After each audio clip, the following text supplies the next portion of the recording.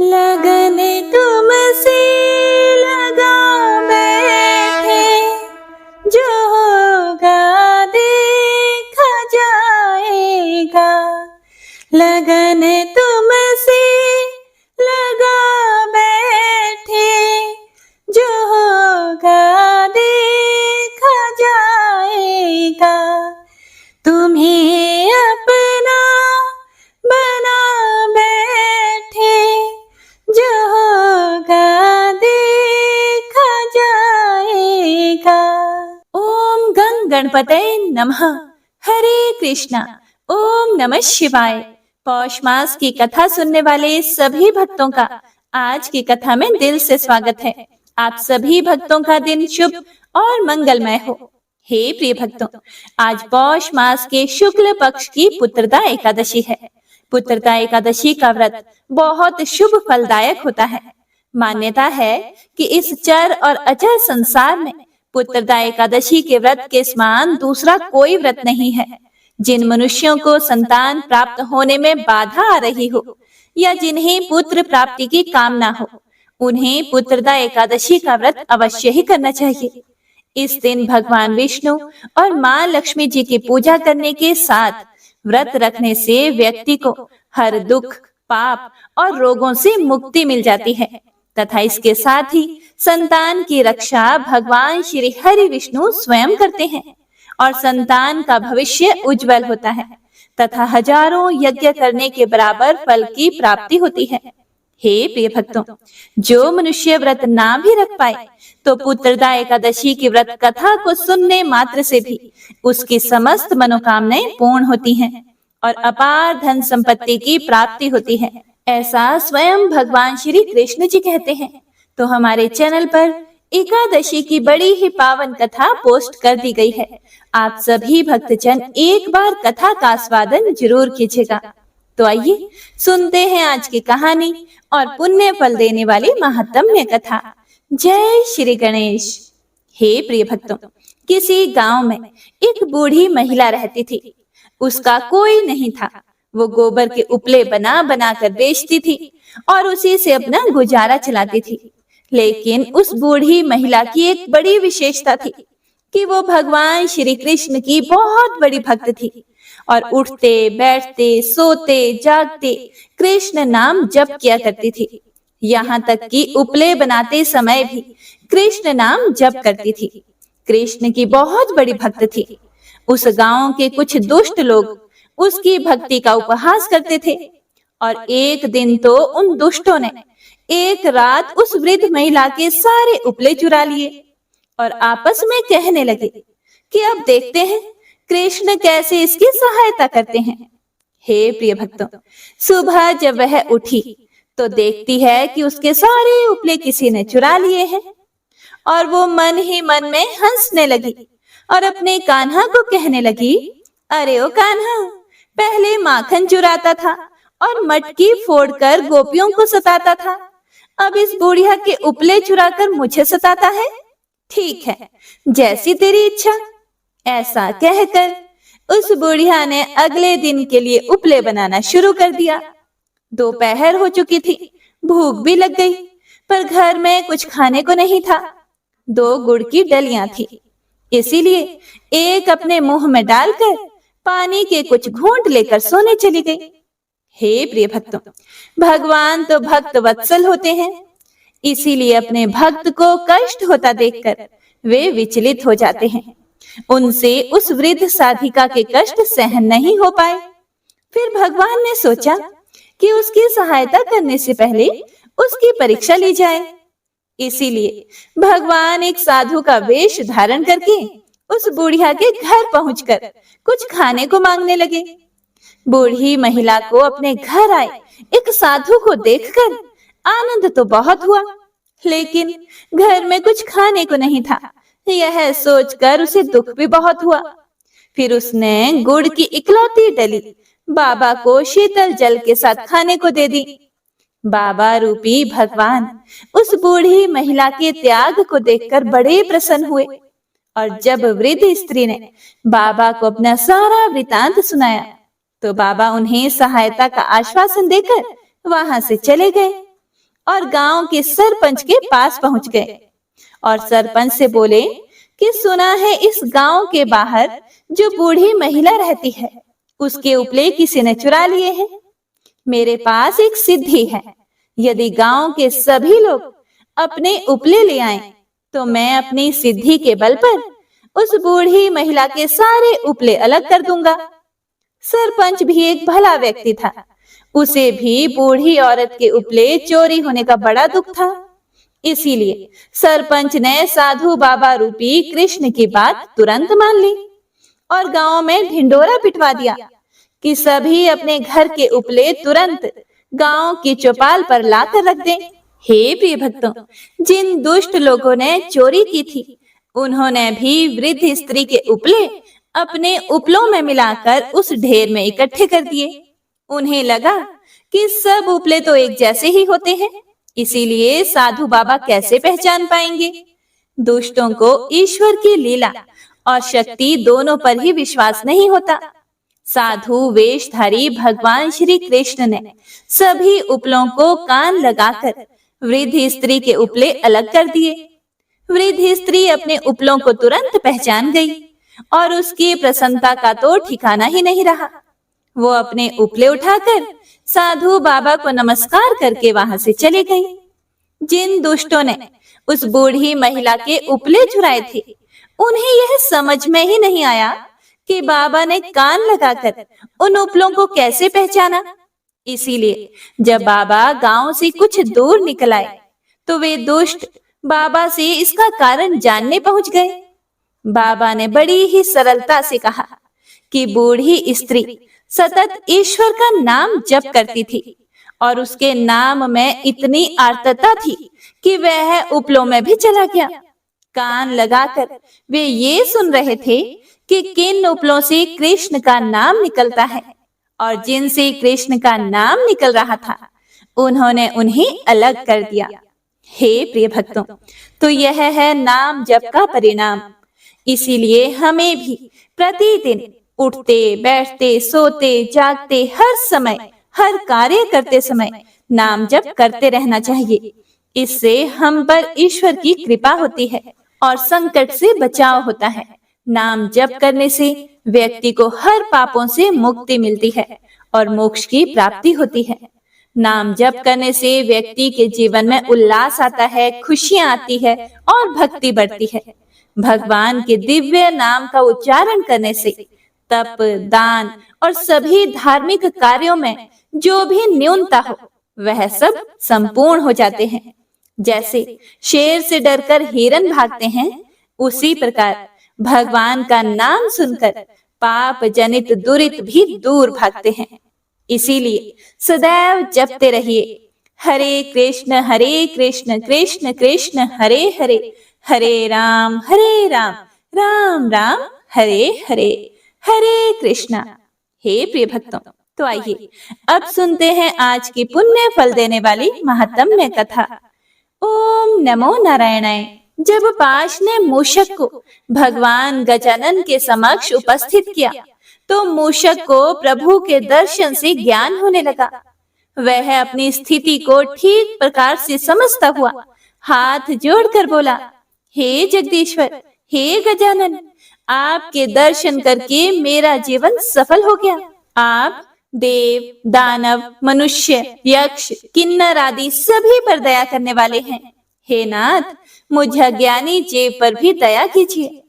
हे प्रिय भक्तों, भगवान विनायक यह सुनकर प्रसन्न हो गए। उन्होंने कहा कि मूषक, तू क्षमा की योग्य नहीं था, क्योंकि तूने ऋषियों को बहुत कष्ट दिया है, लेकिन तू मेरी शरण में आ गया है। इसीलिए अब भय रहित हो जा और जो कुछ चाहे वह वर मांग ले। मूषक ने सोचा कि मुझे कोई क्या देगा और फिर मांगू भी किस लिए।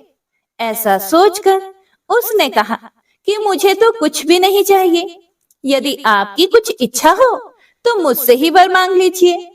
गणेश्वर ने कहा कि अच्छा, तू मुझे वर देना चाहता है, तो बस इतना ही वर दे कि मेरा वाहन बन जा। हे प्रिय भक्तों, मूषक ने जैसे ही स्वीकार किया, तो पराशर नंदन तुरंत उसकी पीठ पर आरूढ़ हो गए। बेचारा मूषक सभी भारों के स्थान उन विनायक देव का भार कैसे सहन कर सकता था भला। उसे लगा कि अब पीसा या अब पीसा। प्राण संकट में देखकर उसने भगवान से प्रार्थना की कि हे प्रभु, मुझ पर प्रसन्न होइए। हे दयानाथ, दया कीजिए और इतने हल्के हो जाइए कि आपके बोझ से मुझे कुछ ना हो और मैं सरलता से आपका वहन कर सकूं। भगवान ने समझ लिया कि मूषक का गर्व खंडित हो गया है, तो भगवान ने अपना भार घटा लिया और उसके द्वारा वहन होने योग्य हल्के हो गए। हे प्रिय भक्तों, महर्षि पराशर ने जब यह लीला देखी तो उन्होंने गजानन के पद पंकज में प्रणाम करते हुए कहा कि प्रभु, कैसे आश्चर्य का विषय है कि जो मूषक बड़े बड़े वृक्षों को गिरा चुका था और जिसके भयंकर शब्द से पर्वत भी कंपायमान हो रहे थे, वह क्षण भर में ही आपका वाहन बन गया। ऐसा पौरुष किसी सामान्य बालक में कहीं नहीं देखा जाता। ऋषि पत्नी भी आश्चर्यचकित हुई गजमुख को देख रही थी। फिर उसने पुत्र को लेकर स्तनपान करवाया और उसे सुला दिया। दूसरे दिन गणेश ने मूषक के कंठ में एक रस्सी बांधी और उसके साथ अनेक प्रकार की क्रीड़ाएं करने लगा। गजमुख धीरे धीरे बढ़ने लगे। उन्होंने 9 वर्ष की आयु तक पहुंचते पहुंचते सभी वेद वेदांग, उपनिषद, स्मृति, नीति शास्त्र, धर्म शास्त्र, पुराण आदि का अध्ययन कर लिया था और सभी विद्याओं में पारंगत हो गए थे। उनकी बाल क्रीड़ाओं को देख देख कर समस्त ऋषि मुनि और उनकी पत्नियों को बड़ी प्रसन्नता होती थी। और उधर सिंदूरासुर के अत्याचार बढ़ रहे थे। उसके भय से देवता, ऋषि मुनि, सदाचारी, भक्त तथा साध्वी स्त्रियां घर छोड़कर अन्यंत्र छिपे रहते थे। उसने यज्ञ आदि कर्म करने वालों को दंड देना अपना कर्तव्य मान रखा था।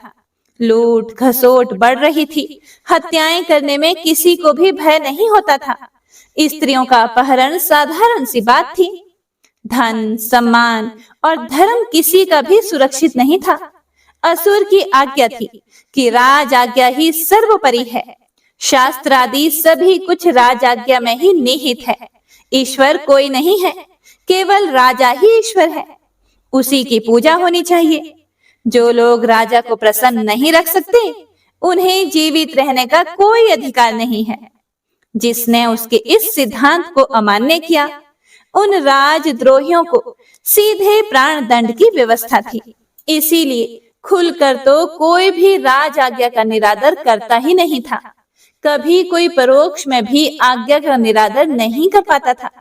भूल से जो सत्य प्रिय एवं धर्मज्ञ व्यक्ति ऐसा कर भी बैठे तो तुरंत कारागृह में डाल दिए गए अथवा अनेकों के प्राण ले लिए गए। जब घोर अत्याचार बढ़े तो विश्व कांप उठा। सभी प्राणी त्रसित हो रहे थे। यह सब संवाद समय समय पर पराशर आश्रम में भी पहुंचते रहते थे। एक दिन कुछ ब्राह्मणों ने सिंदूरासुर की निर्दयता और अधिक क्रूरता की बात वहां आकर सुनाई तो भगवान गजानन अधिक अधीर हो गए और उन्होंने विचार किया कि किसी प्रकार संसार को भयंकर त्रास से बचाना ही होगा।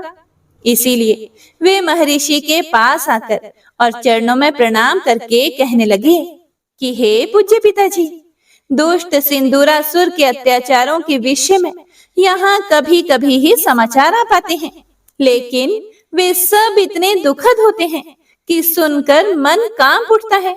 वस्तुतः उसके अत्याचारों से मुक्त होने का तब तक कोई उपाय नहीं हो सकता जब तक उस पर शासन करने और उसे दंड देने में सक्षम व्यक्ति उसे ना रोके। जब तक उसे रोका नहीं जाएगा तब तक सभी सदाचार परायण जन पीड़ित ही होते रहेंगे। महर्षि अपने लाडले पुत्र का अभिप्राय समझ नहीं पाए। उन्होंने सोचा कि जैसे अन्य सभी लोग सामयिक चर्चाओं में भाग लिया करते हैं, वैसे ही यह भी भाग ले रहा है। अच्छा है, ऐसी चर्चाओं में भाग लेने से योग्यता बढ़ती है और व्यक्तित्व भी निखरता है।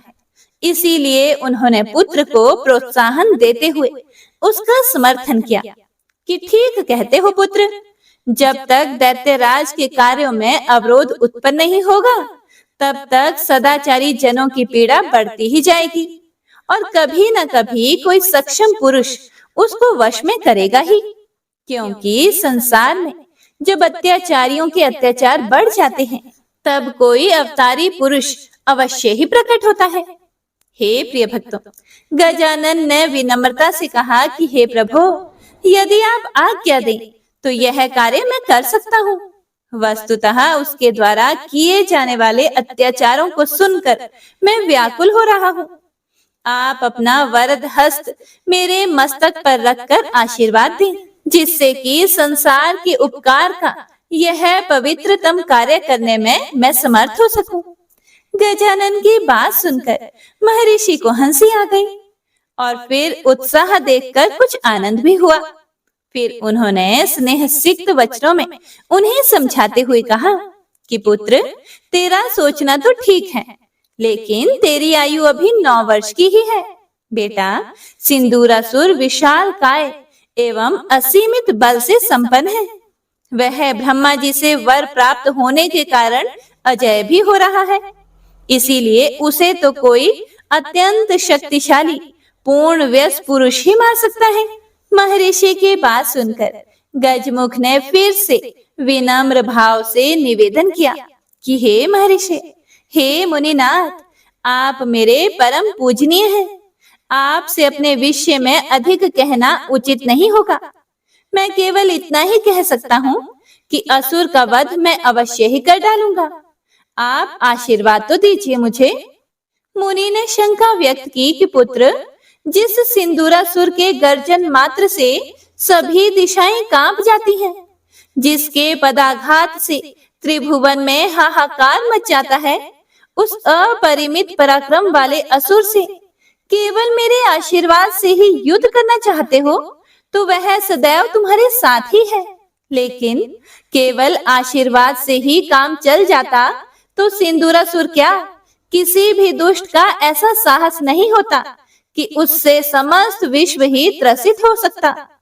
गजानन ने अपने पालक पिता को विश्वास दिलाने के लिए घोर गर्जन किया, जिसे सुनकर समस्त संसार कांप उठा।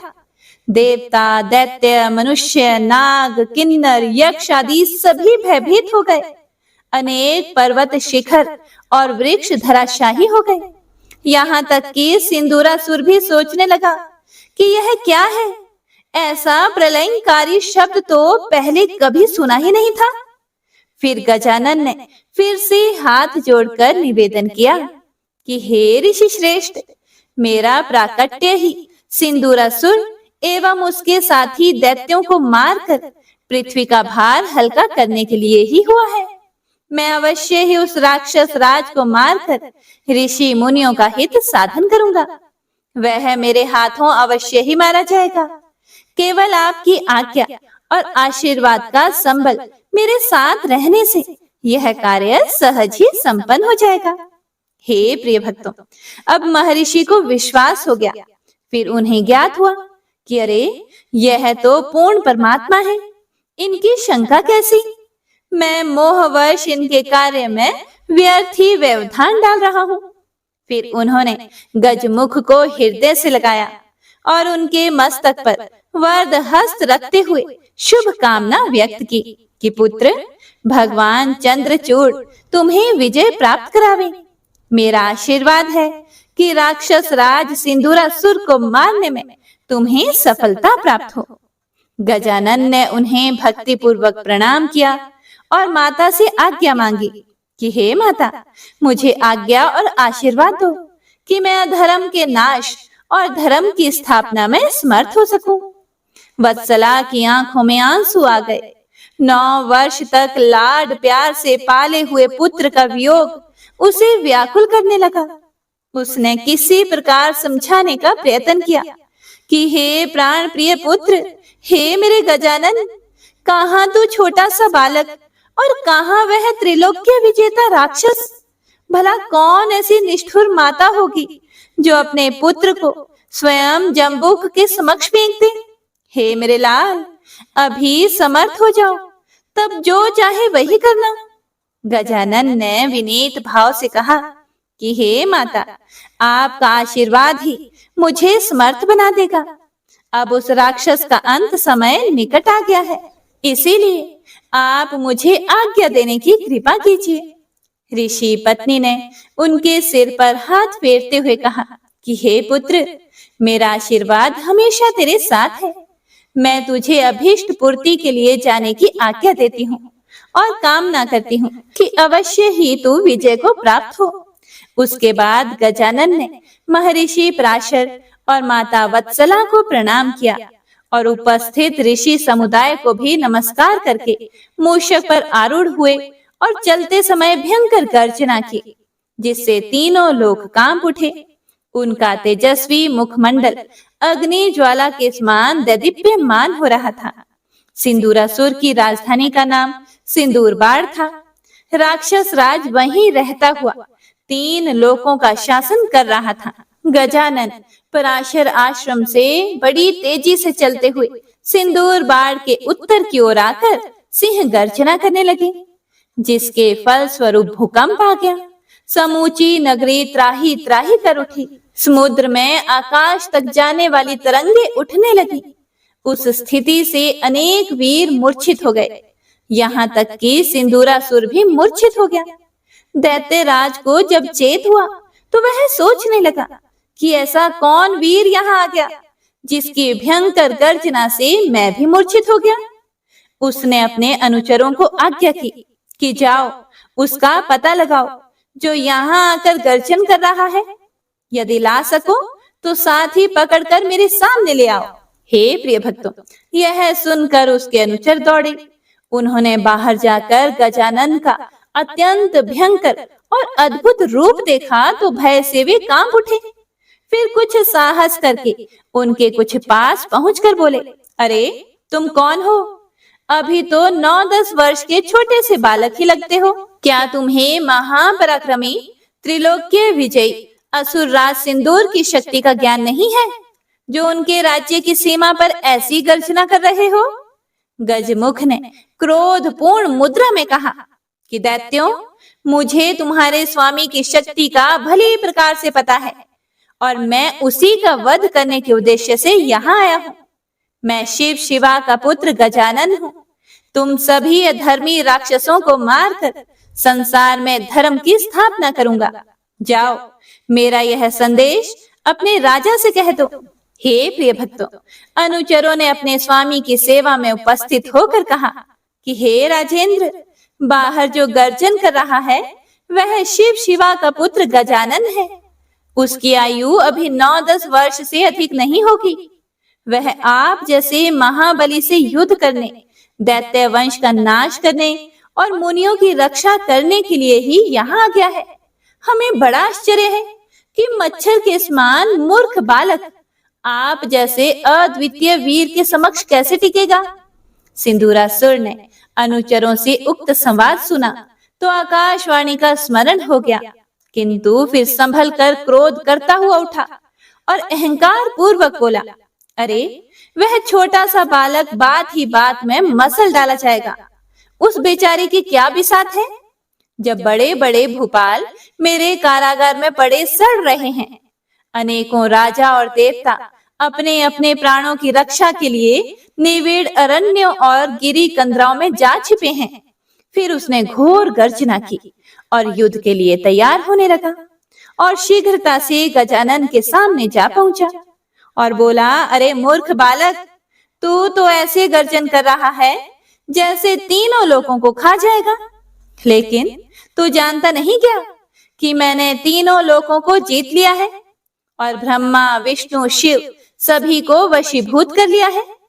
फिर भी तू सुकुमार बालक है। तुझसे युद्ध करना मेरे लिए शोभा की बात नहीं है। इसीलिए तू अपनी माता की गोद में बैठकर दुग्ध पान कर व्यर्थ विवाद करके अपने प्राणों से क्यों हाथ धोना चाहता है? गजानन ने अट्टहास किया और फिर बोले, हे राक्षस, तू अवश्य ही नीति कुशल प्रतीत होता है, किंतु क्या तू नहीं जानता कि अग्नि की एक सामान्य चिंगारी समूचे नगर को भस्म करने में समर्थ है। मैं अल्प बालक होकर भी तीनों लोकों को अकेला ही जीत सकता हूँ। मेरा प्राकट्य समस्त दैत्यों का संहार करके मुनि जनों को स्वच्छंद करने के लिए हुआ है। मैं अधर्म का नाश करके धर्म की स्थापना करूंगा। फिर भी मैं तुझे एक प्रतिज्ञा करने पर छोड़ सकता हूँ कि तू अपने जीवन भर सदाचारी, धर्मरत, मुनि ब्राह्मणों का पूजन, सृष्टि के सभी प्राणियों के प्रति दया रखने वाला, न्यायवान और प्रजा पालक रहेगा। किसी की हिंसा नहीं करेगा तथा बंदी नरेशों को तुरंत मुक्त कर देगा। इस प्रकार की प्रतिज्ञा करता हुआ तू मेरी शरण में आ, अन्यथा तू अपना काल समीप आया जान। ऐसा कहकर भगवान गजानन ने उसे अपने विराट रूप का दर्शन करवाया। उनका सिर आकाश से जा लगा और चरण पाताल में प्रविष्ट हो गए। दशों दिशाएं कानों से आच्छादित हो गई। विशाल भुजाओं का कहीं अंत दिखाई नहीं देता था। उनके सहस्त्र शीश, सहस्त्र नेत्र, सहस्त्र भुजाएं और सहस्त्र चरण थे। उनके शरीर पर दिव्य वस्त्रालंकार एवं दिव्य गंध लगी हुई थी। उनका मुखमंडल करोड़ों सूर्यों के समान दमक रहा था। गजानन के उस रूप को देखकर सिंदूरासुर भौचक्का रह गया और भयभीत होकर पीछे हटा, लेकिन तुरंत ही कुछ संभल कर आगे बढ़ा और खड़ग खींचकर उन पर प्रहार करने के लिए प्रस्तुत हुआ ही था कि परमात्मा विनायक देव ने उसका गला पकड़ते हुए उच्च स्वर में कहा, अरे ओ मूर्ख, तू अब भी मेरे दुर्लभ रूप को ना जान सका? अब तेरा काल ही आ गया तो मैं क्या करूं? वे उसके कंठ को अपने वज्र सदृश हाथों से खींचने लगे। इस प्रकार उसके नेत्र बाहर निकल आए, जीवा लटक गई और प्राण पखेरु उड़ गए। हे प्रिय भक्तों, गजानन भगवान ने उसका लाल रक्त अपने दिव्य शरीर पर लगा लिया। इस कारण वे सिंदूर प्रिय या सिंदूर वदन नाम से प्रसिद्ध हुए। सिंदूरासुर का वध होते ही भगवान गजानन की जय का घोष करते हुए देवगणों ने आकाश से पुष्प वृष्टि की। अप्सराएं नृत्य गान करने लगी। अनेक प्रकार के सुमधुर वाद्य बजने लगे। चारों तरफ आनंद की अद्भुत लहर दौड़ गई। ब्रह्मा जी के नेतृत्व में समस्त ऋषि मुनि, देवता आदि ने वहां आकर अनेक प्रकार के उपहार भेंट करके उनका षोडशोपचार पूजन किया और भक्ति भाव पूर्वक स्तुति करने लगे कि हे प्रभु, जिनकी महिमा का गान करने में चारों वेद, ब्रह्मा आदि देवगण एवं मुनिगण भी कुंठित हैं, वहां हम तो वस्तु ही क्या है? आप इस अखिल विश्व के कर्ता, कार्य, रक्षक एवं पोषक सभी कुछ हैं। संहारक, मोहक और ज्ञानदाता भी आप ही हैं। नदियां, समुद्र, वृक्ष, पर्वत, समस्त देहधारी वायु, आकाश, पृथ्वी, अग्नि और जल भी आपके ही रूप हैं। ब्रह्मा, शिव, इंद्र, मरुदगण, मुनि, गंधर्व, चारण, यक्ष, राक्षस, उरग, अप्सरा, किन्नर एवं अन्य समस्त चराचर विश्व आपसे भिन्न नहीं है। हमको आप मोक्ष साधक परमात्मा के प्रत्यक्ष दर्शन हुए हैं, इसीलिए हम सब आज अत्यंत सौभाग्यशाली हैं। हे देव, इस राक्षस के मारे जाने पर सभी देवगण सुखी हो गए हैं। अब सभी मुनिगण, नरेशगण एवं प्रजा वर्ग के सभी व्यक्ति अपने अपने कार्यों को प्रसन्नता पूर्वक करेंगे तथा स्वधा, स्वाहा और वष्टकार के आश्रित जितनी भी क्रिया हैं, वे सब विघ्न रहित रूप से होने लगेंगी। हे नाथ, आप अनेक रूप में अवतार धारण करके लोक का पालन कार्य विशिष्ट रूप से किया करते हैं। दुष्टों का विनाश और भक्तों की कामनाओं की तत्काल पूर्ति आपका स्वभाव ही है। हे प्रिय भक्तों, इस प्रकार स्तुतियों से भगवान को प्रसन्न करके देवताओं ने वहां एक भव्य मंदिर बनवाया और उसमें गजानन भगवान की अत्यंत सुंदर प्रतिमा स्थापित करके षोडशोपचार से उसका पूजन किया। भगवान की उस प्रतिमा के दर्शन मात्र से समस्त पाप दूर हो जाते हैं। उस प्रतिमा का नाम सिंदूरहा विख्यात हुआ तथा वह स्थान राज सदन के नाम से प्रसिद्ध हो गया। ओम नमो नारायणाय। तो इससे आगे का वृतांत आप सभी भक्तजन अगले अध्याय में जरूर सुनिएगा। अब गजेंद्र मोक्ष स्तोत्र का पाठ करते हैं। इस माह में गजेंद्र मोक्ष स्तोत्र पढ़ने मात्र से जहां हर तरह के ऋण कर्ज से मुक्ति मिलती है, वहीं 10 दिशाओं से शुभ फल दिलाने में भी सक्षम है। इस स्तोत्र का जाप करने से जीवन में किसी भी प्रकार की परेशानियों से मुक्ति मिलती है।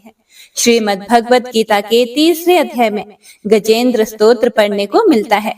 इस स्तोत्र में हाथी और मगरमच्छ के साथ हुए युद्ध का वर्णन किया गया है और गजेंद्र जब युद्ध से हार जाता है तो भगवान श्री हरि विष्णु का ध्यान करके उनकी स्तुति करता है और उसकी स्तुति से प्रसन्न होकर भगवान श्री हरि विष्णु आते हैं और उसे मोक्ष प्रदान करते हैं। और हे प्रिय भक्तों, इस पाठ को करते समय अगर हम अपने मन में यह भावना रखें कि हे श्री हरि विष्णु, हे मेरे प्रभु, जिस प्रकार से आपने गजेंद्र को परेशानी से बाहर निकाला, उसी प्रकार से हमें भी हमारी परेशानियों से बाहर निकालिए, तो यकीन मानिए निश्चित ही भगवान श्री हरि विष्णु हमारी मदद स्वयं करते हैं। तो आइए अब सच्चे मन से भगवान श्री हरि विष्णु का ध्यान करके इस परम कल्याणकारी स्तोत्र का पाठ करते हैं। जय श्री हरि विष्णु। शुक जी ने कहा कि बुद्धि के अनुसार पिछले अध्याय में वर्णन किए गए रीति से अपने मन को नियंत्रित करके और हृदय को स्थिर करके गजेंद्र अपने पिछले जन्म में याद किए गए सर्वोच्च कार्य और बार बार जप किए जाने वाले स्तोत्र का जाप करने लगा। गजेंद्र ने मन ही मन श्री हरि को ध्यान करते हुए कहा, जिनके प्रवेश करने से शरीर और मन चेतन की तरह व्यवहार करने लगते हैं, ओम द्वारा लक्षित और पूरे शरीर में प्रकृति और पुरुष के रूप में प्रवेश करने वाले उस सर्वशक्तिमान देवता का मैं मन ही मन स्मरण करता हूँ, जिनके सहारे ये पूरा संसार टिका हुआ है, जिनसे ये संसार अवतरित हुआ है और जिन्होंने प्रकृति की रचना की है और जो खुद उसके रूप में प्रकट हैं, लेकिन इसके बावजूद भी वो इस पूरी दुनिया से सर्वोपरि और श्रेष्ठ हैं। ऐसे अपने आप और बिना किसी कारण के भगवान की मैं शरण में जाता हूँ और अपने संकल्प शक्ति के बल पर अपने ही स्वरूप में रचित और सृष्टि काल में प्रकट एवं प्रलय में अप्रकट रहने वाले इस शास्त्र प्रसिद्धि प्राप्त कार्य कारण रूपी संसार को, जो बिना कुंठित दृष्टि के साक्ष्य रूप में देखते रहने पर भी लिप्त नहीं होते, चक्षु आदि प्रकाशकों के परम प्रकाशक प्रभु, आप मेरी रक्षा करें। बीतते गए समय के साथ तीनों लोकों और ब्रह्मादि लोकपालों के पंचभूत में प्रवेश कर जाने पर और पंचभूतों से लेकर महत्वपूर्ण सभी कारणों के उनकी परम करुणा स्वरूप प्रकृति में मगन हो जाने पर उस समय दुर्गेय और घोर अंधकार रूपेण प्रकृति ही बच रही थी। उस अंधकार से परे अपने परम धाम में जो सर्वव्यापी भगवान सभी दिशाओं में प्रकाशित होते रहते हैं, वो भगवान मेरी रक्षा करें।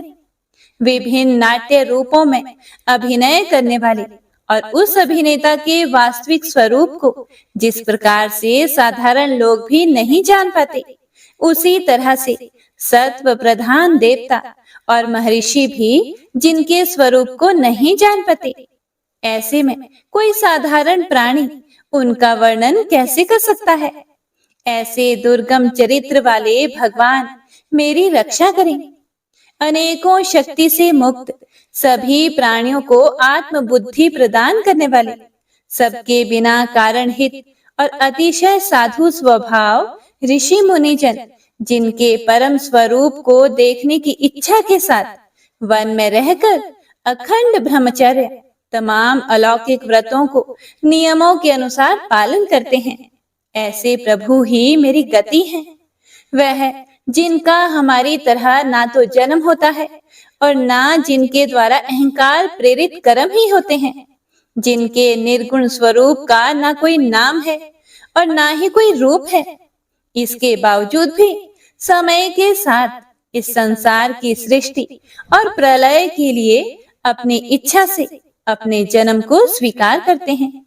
उन अनंत शक्ति संपन्न परम ब्रह्म परमेश्वर को मेरा नमस्कार है। उन प्राकृत आकार रहित और अनेक रूप वाले अद्भुत भगवान को मेरा बारंबार नमस्कार है। स्वयं प्रकाशित सभी साक्ष्य परमेश्वर को मेरा शत शत नमन है। वैसे देव जो मन, वाणी और चित्त वृत्तियों से परे हैं, उन्हें मेरा बारंबार नमस्कार है। विवेक से परिपूर्ण पुरुष के द्वारा सभी सत्व गुणों से परिपूर्ण निवृत्ति धर्म के आचरण से मिलने योग्य और मोक्ष सुख की अनुभूति रूपी भगवान को मेरा नमस्कार है। सत्व गुणों को स्वीकार करके शांत, रजोगुण को स्वीकार करके घोर और तमोगुण को अपनाकर मूढ़ से प्रतीत होने वाले भेद रहित अतएव सदा संभाव से स्थित ज्ञान धन प्रभु को मेरा नमस्कार है। शरीर, इंद्रिय आदि के समुदाय रूप सभी पिंडों के ज्ञाता, सबके स्वामी और साक्षी स्वरूप प्रभु को मेरा बारंबार नमस्कार है। सबके अंतर्यामी, प्रकृति के भी परम कारण लेकिन स्वयं कारण रहित भगवान को मेरा शत शत नमस्कार है। सभी इंद्रियों और सभी विषयों के जानकार, सभी प्रतीतियों के कारण रूप संपूर्ण जड़ प्रपंच और सबकी मूलभूता अविद्या के द्वारा सूचित होने वाले और सभी विषयों में अविद्या रूप से भासने वाले भगवान को मेरा नमस्कार है। सबके कारण लेकिन स्वयं कारण रहित तथा कारण होने पर भी परिणाम रहित होने की वजह से अन्य कारणों से भी विलक्षण कारण आपको मेरा बारंबार नमस्कार है।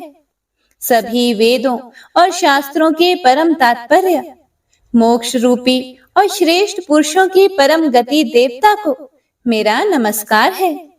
वह जो त्रिगुण रूपों में छिपी हुई ज्ञान रूपी अग्नि है, वैसे गुणों में हलचल होने पर जिनके मन में संसार को रचने की वृत्ति उत्पन्न हो उठती हो और जो आत्मा तत्व की भावना के द्वारा विधि निषेध रूप शास्त्र से भी ऊपर उठे हों, जो महाज्ञानी महात्माओं में स्वयं प्रकाशित हो रहे हैं, ऐसे भगवान को मेरा नमस्कार है।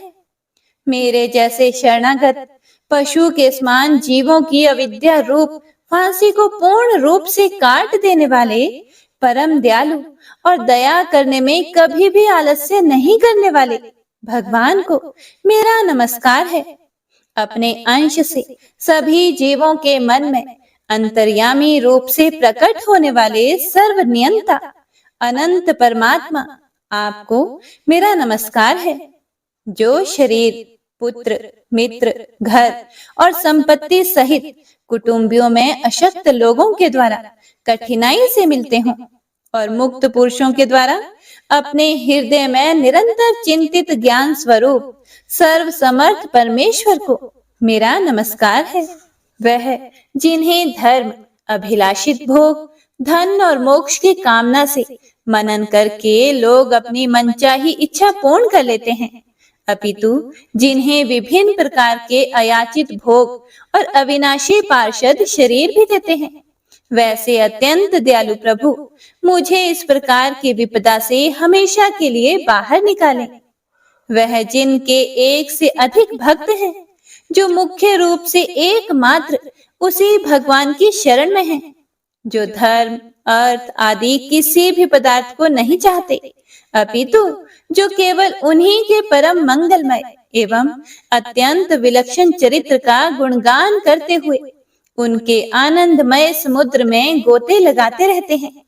उन अविनाशी, सर्वव्यापी, सर्वमान्य ब्रह्मादि के भी नियामक अभक्तों के लिए भी हमेशा प्रकट होने वाले, भक्ति योग द्वारा प्राप्त अत्यंत निकट होने पर भी माया के कारण अत्यंत दूर महसूस होने वाले, इंद्रियों के द्वारा अगम्य और अत्यंत दुर्विज्ञ, अंत रहित लेकिन सभी के आदि कारक और सभी तरफ से परिपूर्ण उन प्रभु की मैं स्तुति करता हूँ।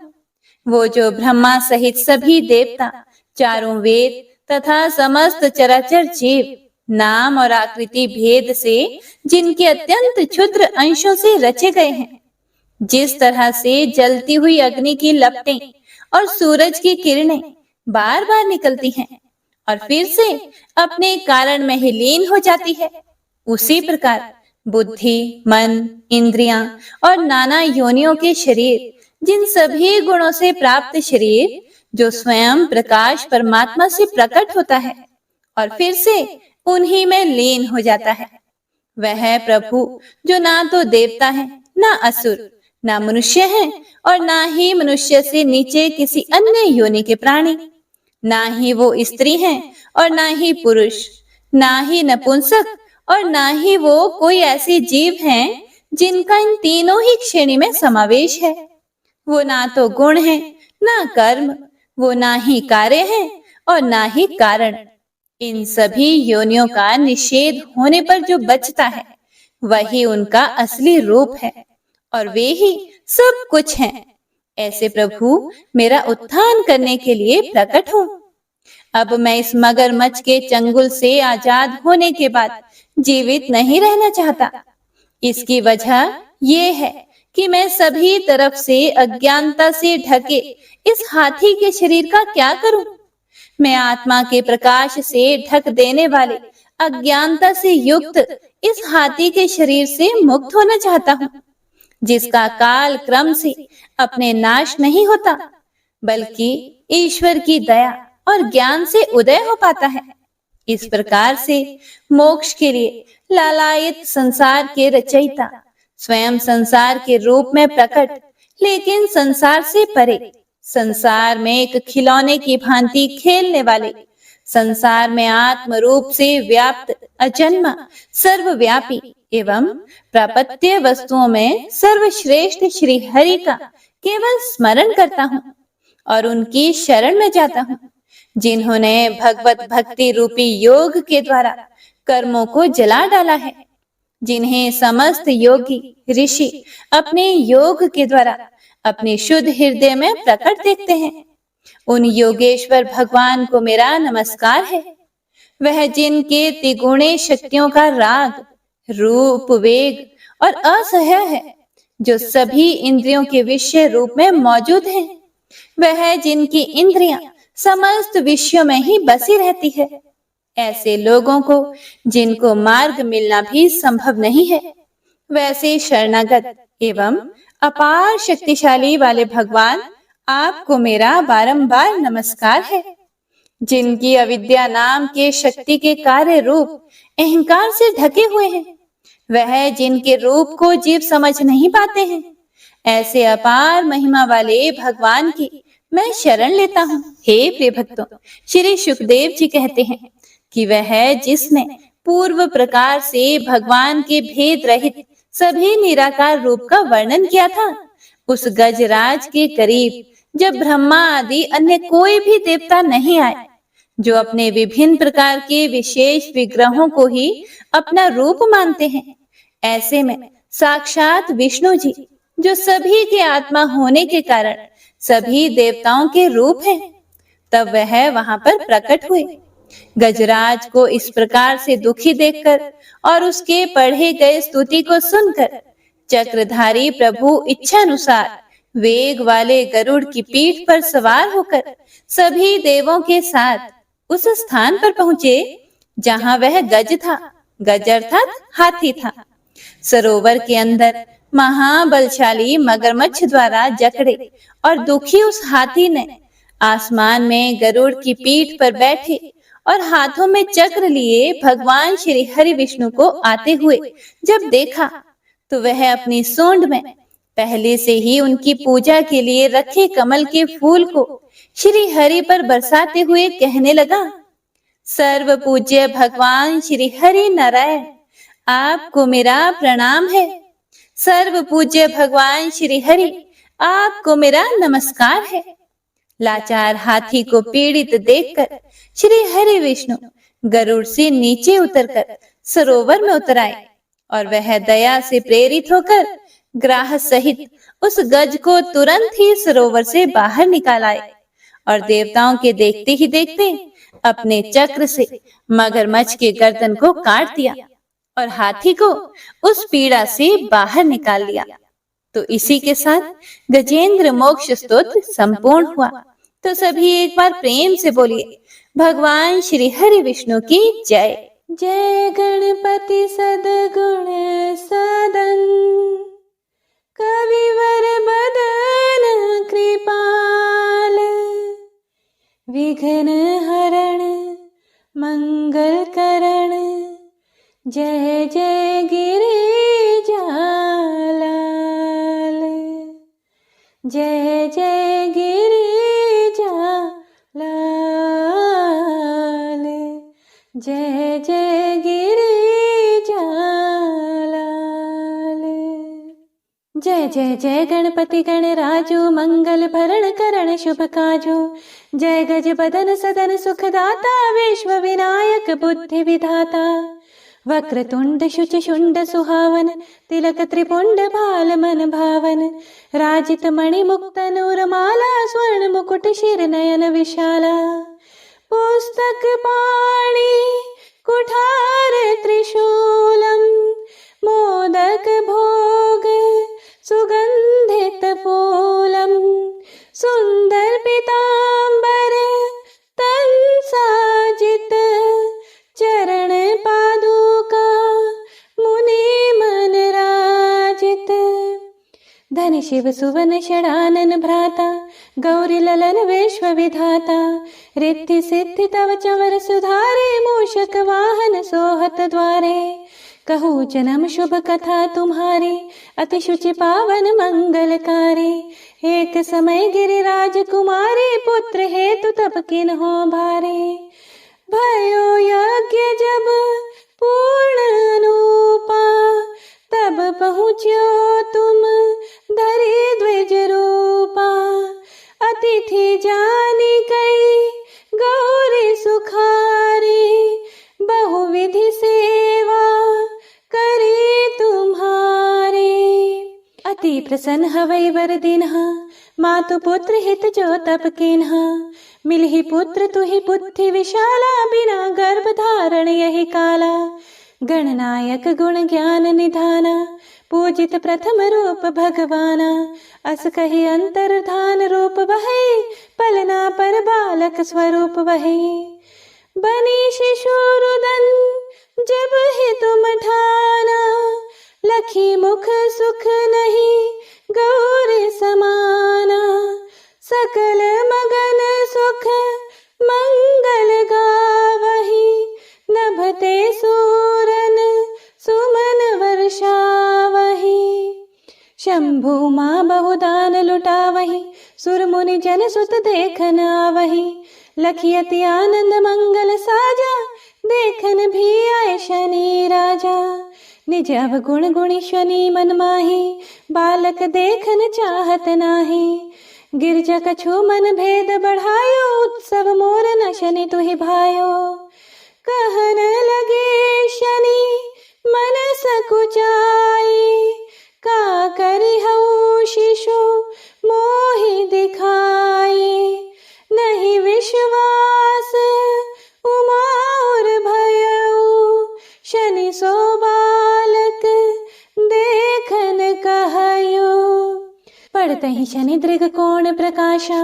बालक सिर उड़ गयो आकाशा, गिरजा गिरी विकल वही धरणी, सो दुख तशा गयो नहीं वर्णी, हाहाकार मचयो कैलाशा, शनि किन्ह्यो लखि सुत का नाशा, तुरत गरुड़ चढ़ी विष्णु सिधाए, काटि चक्र सो कच शिर लाए, बालक के धड़ ऊपर धार्यो, प्राण मंत्र पढ़ी शंकर डार्यो, नाम गणेश शंभु तब कीन्हे, प्रथम पूज्य बुद्धि निधि वर दीन्हे, बुद्धि परीक्षा जब शिव किन्हा, पृथ्वी कर प्रदक्षिणा लेन्हा, चले षडानन भरमि भुलाए, रचे बैठ तुम बुद्धि उपाय, चरण मातु पितु के धर लिन्हे, तिनके साथ प्रदक्षिण किन्हे। धनी गणेश कहि शिव ही हर्षे, नभते सुरन सुमन बहु बरसे। तुम्हारी महिमा बुद्धि बड़ा